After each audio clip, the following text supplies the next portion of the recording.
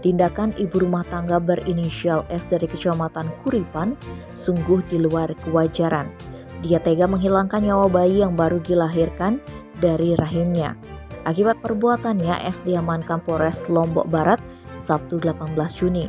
Kasat Reskrim Polres Lobar, Ibtu Imade Dharma Yulia Putra mengatakan pihaknya sudah mendalami motif pembunuhan tersebut. Terduga pelaku membenarkan telah membunuh bayinya sendiri saat melahirkan. Tersangka melahirkan seorang bayi laki-laki Sabtu 18 Juni sekitar pukul 1.